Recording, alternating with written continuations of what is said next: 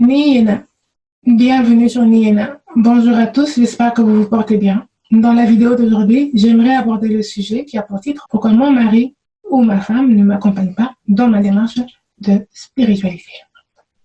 Alors, je vais être assez brève dans cette vidéo. Je me baserai en fait, tout simplement, comme d'habitude, sur les expériences personnelles ou alors les expériences des personnes autour de moi dont je suis témoin, dont je suis ou j'ai été témoin. Donc voilà.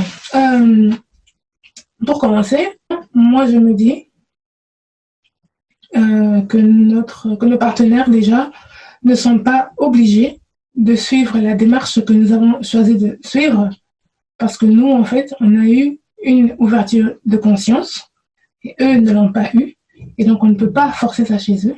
Et on ne peut pas forcer une ouverture de conscience chez quelqu'un parce qu'on peut provoquer de la folie chez quelqu'un.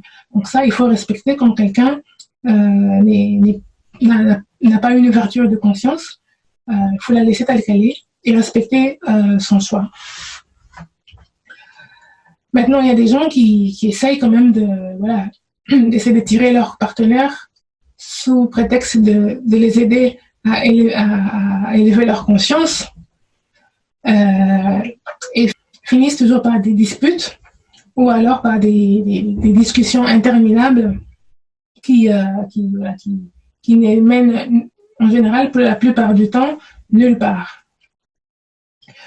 Donc, comme je le disais, il faut respecter le fait que son partenaire, il faut respecter le niveau de conscience de son partenaire.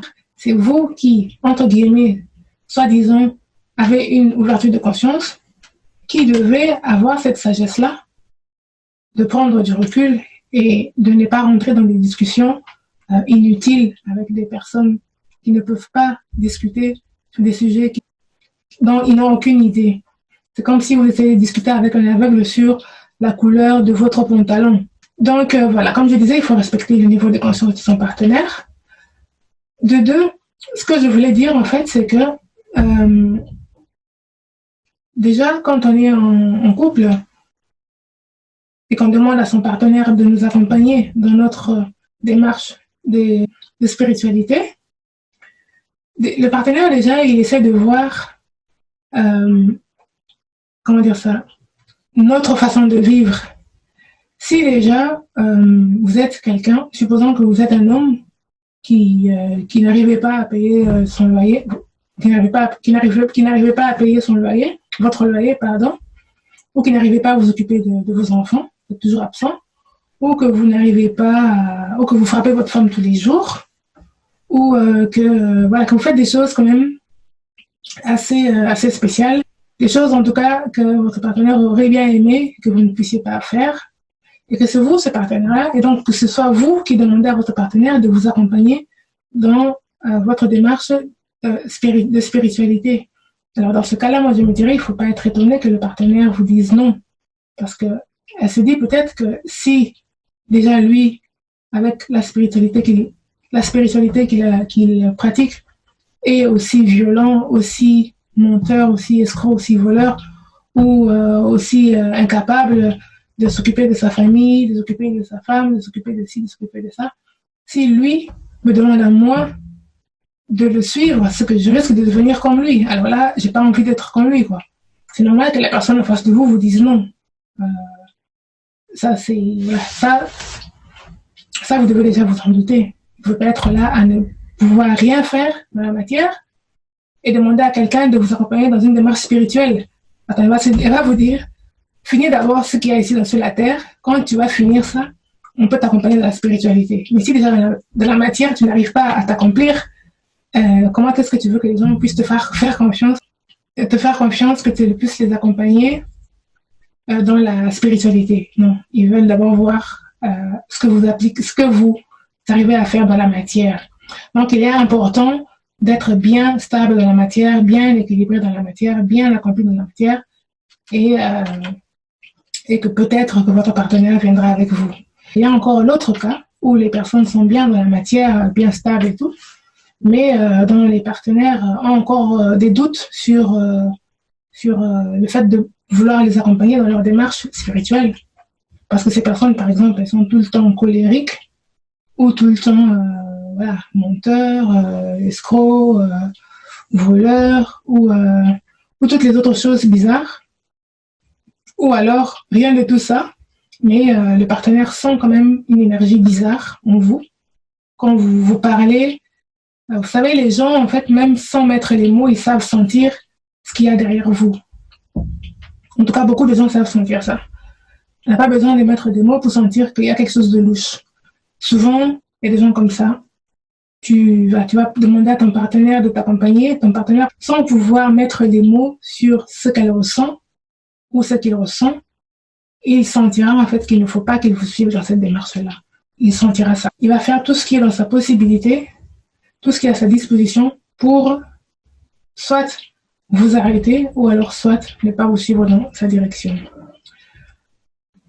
Bon, moi je dirais en fait qu'il faudrait déjà, de ce côté-là, moi je dis, il faudrait maintenant aussi avoir non seulement un équilibre dans la matière, mais il faut aussi avoir un équilibre spirituel. Il peut arriver aussi que derrière nous, derrière vous, ou les entités que vous contractez dans votre spiritualité, soit peut-être des entités qui aient des intentions pas très nettes en fait. Et votre partenaire le sentira. Et s'ils ne le sont pas, leur guide les protège aussi. Et ils sentiront ça. Donc, il faut essayer de revoir. Si vous savez que de vous-même, personnellement, vous avez des bonnes intentions et vous êtes bien, voilà, vous êtes aligné avec ce que vous faites, vous êtes en paix, mais que votre partenaire, voilà, a toujours des doutes par rapport à ce que vous faites.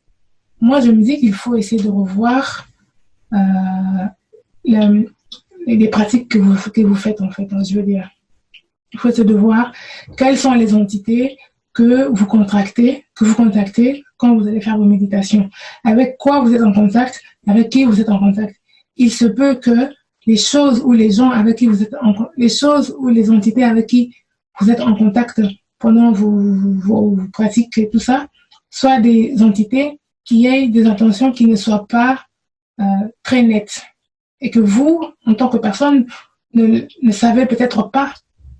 Mais la personne en face de vous, donc votre partenaire, elle a aussi des guides derrière elle qui lui soufflent à l'oreille, même si elle ne sait pas que ça vient de ses guides, même s'ils ne savent pas que ça vient de ses guides, de leurs guides. Mais il y a quelque chose derrière eux aussi qui les protège en leur donnant des informations par intuition, comme quoi ils ne doivent absolument pas faire certaines choses ou ne pas aller dans votre direction. S'il y a un barrage comme ça, moi je me dis, il faut aller voir ce que vous contactez comme entité, quoi. Peut-être que vous contactez quelque chose de pas très net, tout simplement, et que vous devrez quand même revoir ça. Normalement, si vous contactez quelque chose, si vous contactez de l'énergie de l'amour, si vous contactez, si l'énergie avec laquelle vous êtes en contact est une énergie de l'amour, une énergie pure, la personne en face de vous n'aura aucune raison de vous résister. Mais vraiment aucune raison. Si par contre derrière vous, il y a des intentions malsaines, automatiquement, il y aura toujours un blocage. Donc, il faut arrêter de rejeter la faute sur les partenaires, mais il faut plutôt essayer de revoir de son côté. Les partenaires, en fait, il faut les remercier de tous les blocages qu'ils vous donnent, en fait, tous les barrages qu'ils mettent, ce sont des astuces pour vous. Et en général, ce que l'on fait, c'est qu'on rejette sur eux, pourtant ils nous donnent des informations. Quand tu vas en contact avec quelqu'un et que la personne recule pour se protéger, alors que tu te dis, mais j'ai rien, ça doit te mettre une puce à l'oreille, que tu es peut-être accompagné de quelque chose d'invisible, il y a quelque chose d'invisible en toi, qui est très malsain ou qui est très dangereux ou qui fait peur aux gens. Alors, c'est à toi d'aller voir ce qu'il y a autour de toi, qu'est-ce que tu as contracté, avec quoi tu es rentré en contact. Peut-être que tu dois te détacher de ces choses-là. Et en tout cas, les réactions des gens en face de nous nous en disent beaucoup sur où nous en sommes, sur tout, on va dire, sur presque tout. Moi, quand quelqu'un prend des distances avec moi, je n'accuse pas la personne. J'essaie de comprendre pourquoi. et je me dis, soit elle n'arrive pas à me gérer, comme j'aime souvent dire, ou alors je vais me dire, je vais essayer de comprendre ce que j'ai fait, quoi, par où je suis passée avant d'arriver là. Essayer de voir si d'autres personnes réagissent comme ça. Et c'est juste, en fait, le truc, c'est qu'il ne faut pas rejeter la faute faut pas rejeter la faute sur la personne en face de vous, donc votre partenaire. Mais par contre, il faut aller voir sur vous, voilà, ce qui a arrangé. En fait, il faut se servir, moi je me dis ça, il faut se servir de la réaction des autres pour savoir où est-ce qu'on en est. Donc, en bref, ce que je dirais pour conclure, c'est qu'en fait, si on veut que notre partenaire nous accompagne ou si on veut tout simplement faire ce que l'on fait dans la paix, dans sa propre maison, moi je dis qu'il faut faire un travail sur soi. Il faut se concentrer vraiment sur soi, faire un travail sur soi et automatiquement ça va changer, en fait, ça va changer votre partenaire, ça va changer l'atmosphère de la maison et ça va changer toutes les choses, en fait, que l'on veut voir se réaliser. Bon, moi, ce n'est pas une science exacte, mais moi, en tout cas, j'y suis arrivée. Quand j'ai commencé avec la spiritualité, quand j'ai découvert la spiritualité, pour moi, c'était très violent parce que c'est quelque chose, la spiritualité, je n'ai jamais cherché, je n'ai jamais eu le temps pour ça. Enfin, c'est quelque chose qui n'a jamais traversé mon esprit. Un jour, je me suis réveillée, un matin, je me suis réveillée et c'était parti. Donc, je ferai une vidéo, un de ces quatre, où je vous raconterai comment est-ce que moi j'ai découvert la spiritualité. Et c'est quelque chose que moi, je n'ai pas cherché du tout. Et je n'ai jamais entamé une démarche quelconque, sur quelque forme que ce soit, pour aller chercher ça. Ça m'est tombé dessus. Et donc, moi, ma transformation a été assez lourde, et pour moi, et pour mon partenaire. Et donc, c'est clair que au départ, c'était des disputes, des incompréhensions, et des disputes qui sortaient de nulle part. Pourquoi? Je faisais un mélange, j'ai découvert la spiritualité, mais j'avais de la colère en moi. De la colère de ce que je venais de découvrir, de la vie que j'avais menée avant. Pourquoi est-ce que je découvre ça seulement maintenant? J'avais de la révolte, un sentiment de révolte, de colère et de beaucoup de choses. En même temps, j'ai entamé cette démarche de spiritualité et donc j'avais cette démarche de spiritualité, je faisais mes nettoyages et tout ça. Mais au plus profond de moi, j'avais toujours ces regrets-là, j'avais toujours ces trucs, j'avais toujours ces regrets-là, cette colère-là, et ça, mon partenaire pouvait le ressentir à chaque fois que je lui demandais de m'accompagner ou bien d'être avec moi pour, qu'on aille apprendre des choses ensemble. Bah, c'était no way, oublie, quoi. Et encore, le pire, c'est que des fois, il m'empêchait même d'aller faire mes méditations. Il ne pouvait pas comprendre le fait que j'ai besoin, par exemple, d'avoir un espace pour moi-même où je peux me retirer et prier tranquillement, méditer tranquillement. Ça, c'était incompréhensible. Pourquoi tu dois t'enfermer pour prier? Attends, mais tu crois que t'es où? Mais vraiment des remarques à dormir debout ou des disputes tous les jours sur des sujets, mais à dormir debout. Et on partait sur des discussions, mais vraiment sans tête ni queue. Pour nous, en tout cas, ça avait un sens, mais c'était des disputes qui sortaient de nulle part. Et quand tu commences la spiritualité, tu es en contact avec les énergies et tout, et toutes les choses que tu fais sont intensives. Et quand il y a des disputes, les disputes sont vraiment intensives. Et les choses sont souvent très très intensives. Parce que pourquoi en fait, je ne sais pas encore vraiment pourquoi. Mais donc quand tu es dans les autres vibrations, quand les choses se passent, mais c'est vraiment intense. Mais quand tu es dans les basses vibrations, et elles sont aussi autant intenses, et c'est vraiment violent, quoi. Et moi, j'ai vécu ça avec mon mari, c'était vraiment lourd et difficile. Mais à un certain moment, j'ai compris en fait que je devrais arrêter en fait d'aller à son encontre. C'est moi qui ai eu une ouverture de conscience et pas lui. Et donc, c'est à moi d'avoir cette sagesse-là, de pouvoir faire les choses convenablement, de prendre sur moi la responsabilité d'emmener la paix dans ma maison. Et c'est comme ça que j'ai commencé à faire un travail sur moi. Enfin non, je faisais déjà le travail sur moi, mais j'ai commencé à faire un travail sur moi, dans le sens où je devais aussi gérer l'atmosphère de la maison, quoi. C'était plus quelque chose que je pouvais laisser entre nos mains à deux. Bien sûr, je devais la laisser entre nos mains à deux, mais comme moi, je pouvais voir encore plus que lui, que j'avais plus d'informations que lui, c'était à moi maintenant de faire le travail en plus pour faire en sorte que tout se passe bien. Et donc, quand j'ai commencé à faire ce travail-là, je ne pouvais plus me permettre quand je le vois, par exemple, revenir en colère par rapport à quelque chose qui s'est passé à l'extérieur, et quand il rentre dans la maison, la première chose à faire, c'est se disputer sur un sujet, mais vraiment à dormir debout.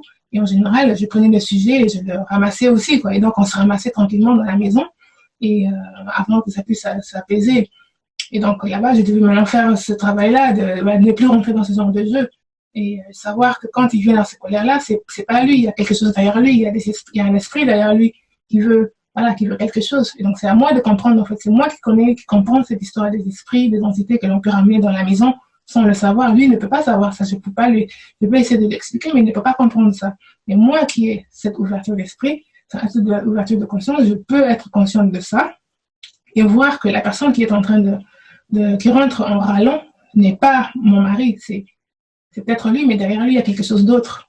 Et c'est par rapport à ça que je devais commencer à réagir. Et donc, j'ai commencé à faire ce travail-là, de voir plus loin que lui, et mais vraiment travailler consciemment. Et finalement, de fil en aiguille, ça a commencé à s'apaiser tout doucement. Et je ne rentrais plus je rentrais plus en fait dans des discussions ou dans des problèmes à dormir debout. Et finalement, parce qu'au départ aussi, la spiritualité, il ne la comprenait pas. Et comme je disais, il m'empêchait même d'aller méditer. Il ne pouvait pas comprendre le fait que j'avais besoin d'un espace pour moi, des choses comme ça. Et finalement, de fil en aiguille, un jour, il m'a demandé de venir méditer avec moi. Enfin, il m'a pas demandé, j'étais en train de méditer, il s'est juste mis à côté de moi. J'étais juste couchée par terre, j'avais mis de la musique à haute voix, enfin, une musique de méditation. Je m'étais juste couchée, en train de faire mes respirations. Tout simplement, il est venu se coucher à côté de moi, il a commencé à faire la même chose que moi. Il m'a demandé tout doucement comment je dois faire, qu'est-ce que je dois faire exactement. Je lui ai expliqué en deux, trois mots ce qu'il devait faire et puis ce qu'il pouvait faire. Et puis tranquille, quoi, on s'est mis à méditer ensemble. Et puis après, de temps en temps, quand je médite, il vient me rejoindre. S'il sent qu'il a besoin aussi de se ressourcer et tout, il vient avec moi et il le fait, même s'il ne croit pas, mais il sait en fait ce qu'il ressent quand il le fait. Donc je n'ai pas eu, c'est vrai qu'au départ, j'essayais de le tirer vers moi, mais ça avait un effet inverse en fait. À chaque fois que j'essayais de le tirer vers moi, ça explosait, quoi. En fait, je le repoussais à chaque fois. On se repoussait, en fait. Je le repoussais à chaque fois. Et quand j'ai lâché, j'ai dit, écoute, je lâche, je ne veux même plus essayer, je me concentre sur moi. Je crois qu'il y a autre chose derrière tout ça. Et je n'ai plus jamais parlé de quoi que ce soit. Au contraire, je n'ai même pas essayé d'éviter. Et tout simplement, on vivait comme ça, point. Et donc, c'est comme ça que de fil en aiguille, Et donc, c'est comme ça que de fil en aiguille, j'ai quand même réussi à le faire méditer. C'est vrai qu'il ne croit pas forcément au monde parallèle, mais il croit quand même aux énergies. Il croit maintenant au fait qu'il devrait... il y a beaucoup de choses que je l'enseigne maintenant, tranquillement, et je n'ai pas besoin qu'il apprenne très vite. Il y a des choses élémentaires, parce que c'est vrai que dans la maison, il faut s'assurer en fait que le taux vibratoire de la maison soit quand même suffisamment élevé. Si moi j'ai un taux vibratoire assez élevé et que le sien est très bas, il va baisser le mien pour que les énergies puissent être équilibrées. Et donc du coup, à chaque fois, je dois élever mon taux vibratoire plus haut pour que quand il vient avec son taux vibratoire bas, ça va enlever chez moi et on va se rééquilibrer. À chaque fois, c'est moi qui vais faire un travail double, quoi. Et donc, ce que je fais maintenant, c'est que j'ai commencé à l'enseigner pour qu'il puisse faire attention à 2-3 trucs, qu'il puisse de lui-même faire attention à son niveau d'énergie, parce que je veux aussi qu'il ait un niveau quelconque. Et quand son niveau est très bas, là, je lui dis maintenant en des mots très clairs, maintenant, j'utilise le terme ton énergie est à tel niveau et je ne veux pas rentrer en discussion. Je lui parle comme ça, il sait de quoi je parle. Et maintenant, il ne croit pas à la spiritualité, mais il croit maintenant il est maintenant conscient de ces choses-là. Il sait qu'il doit... je n'essaie pas d'élever je n'essaie pas en fait d'élever son niveau de conscience. Non, au contraire, j'essaie de faire en sorte que le mien reste au top. Donc, pour m'assurer que le mien reste au top, comme on est dans la même maison, il faut que lui, le sien, soit à un certain niveau minimum. Voilà, je lui ai dit en fait que son niveau, son taux vibratoire doit minimum être à tel niveau. Point. Et s'il est plus bas, il peut savoir en fait que voilà, avec moi, il faudra déjà m'oublier quoi. Soit pas m'oublier dans le sens où je m'en vais, c'est-à-dire que je ne voudrais pas avoir de contact quelconque en fait avec. Donc il sait maintenant qu'il doit travailler. Mais ça c'est quelque chose sur lequel j'ai dû travailler pendant plusieurs mois avant d'arriver à ça. Mais déjà il fallait que je prenne conscience déjà par moi-même. Et encore avant d'arriver à ça, j'ai dû travailler moi-même doublement en fait. Travailler doublement, c'est-à-dire que là, la personne vient vraiment, elle te provoque quoi. Mais vraiment, tu te dis mais est-ce que c'est le diable en personne dans la maison? Non mais c'est ton mari quoi. Et tu te demandes mais qu'est-ce qui se passe? Et donc c'est à toi de voir en fait que ce n'est pas forcément lui. Quelque chose qui peut avoir emmené de l'extérieur. Et c'est pas facile, je l'avoue. Mais bon, ça c'est comme ça que moi j'ai géré les choses, Et voilà, pour moi ça me va comme ça. Mais sinon, en bref, c'est pas une science exacte. Hein, donc moi je ne parle que par rapport à moi et par rapport à ce que j'expérimente et tout. Maintenant, de votre côté, si ce que je dis peut vous inspirer dans quoi que ce soit, prenez ce qui peut vous inspirer. S'il n'y a rien qui vous inspire, laissez passer. Parce que cette vidéo, si je l'ai faite, c'est parce qu'elle est destinée à quelqu'un et à des personnes. Donc voilà, j'espère qu'elle vous a plu, la vidéo. Et à très bientôt dans notre vidéo. Bye!